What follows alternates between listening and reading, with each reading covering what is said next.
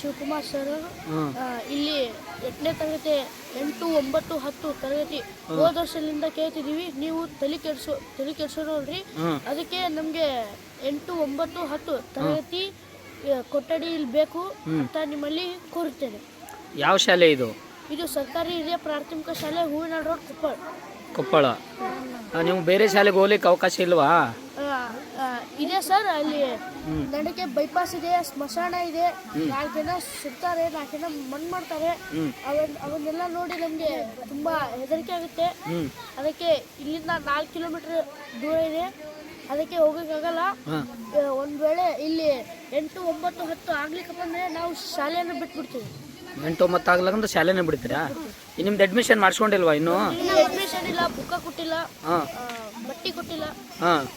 ಅದಕ್ಕೆ ಸುಮ್ಮನೆ ಕಾಲಿಗೆ ಬರ್ತಾ ಇದ್ರೆ ಈಗ ಖಾಲಿ ಬರ್ತಾ ಇದ್ರೆ ಅಡ್ಮಿಷನ್ ಇರ್ಲಾರ್ದ?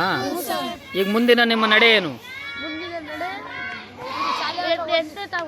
8ನೇ ತಾಗಬೇಕು. 8, 9, 10 ಆಗ್ಬೇಕು ಸರ್. 8, 10, 9 ಆಗ್ಬೇಕಾ?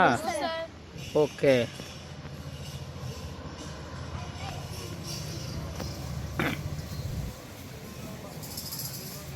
ನೋಡಿ, 1ರಿಂದ 7ನೇ ತರಗತಿ ಇಲ್ಲಿ ಪ್ರಾರಂಭ ಆದರೂ ಕೂಡ 8ನೇ ತರಗತಿ ಮಕ್ಕಳು ಪ್ರಿಯರನ್ನು ಬಿಟ್ಟು ಈ ಕಡೆ ಇದ್ದಾರೆ.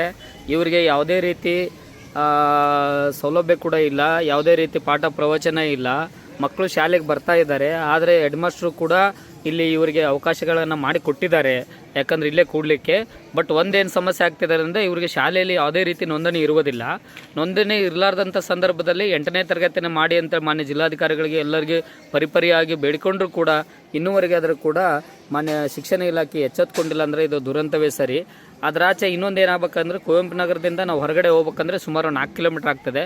4 ಕಿಲೋಮೀಟ್ರ್ ಆದರೂ ಕೂಡ ಅಲ್ಲಿ ಮಧ್ಯದಲ್ಲಿ ಸ್ಮಶಾನ ಬೈಪಾಸ್ ಇರೋದರಿಂದ 8, 9, 10 ಇಲ್ಲೇ ಮಾಡಿ ಅಂತ ಪರಿಪರಿಯಾಗಿ ಕೇಳಿಕೊಂಡ್ರು ಕೂಡ ಯಾವ ಇಲಾಖೆಯನ್ನು ಈ ಕಡೆ ತಿರುಗಿ ಕೂಡ ನೋಡಿಲ್ಲ. ಸೊ ಹಾಗಾಗಿ ಮಾನ್ಯ ಕರ್ನಾಟಕದ ಮುಖ್ಯಮಂತ್ರಿಗಳಾಗಿರ್ತಕ್ಕಂಥ ಸನ್ಮಾನ್ಯ DK ಶಿವಕುಮಾರ್ ಅವರು ಈ ಚಿಕ್ಕ ಮಕ್ಕಳ, ಬಡ ಮಕ್ಕಳ ಅಳಲನ್ನು ತಾವು ಒಮ್ಮೆ ನೋಡಿ. ಯಾಕಂದರೆ 20 ಮಕ್ಕಳು ಶಾಲೆಯಿಂದ ಹೊರಗುಳಿತಾರೆ ಅಂದರೆ ಅದೇನು ಸಣ್ಣ ಸಂಗತಿ ಅಲ್ಲ.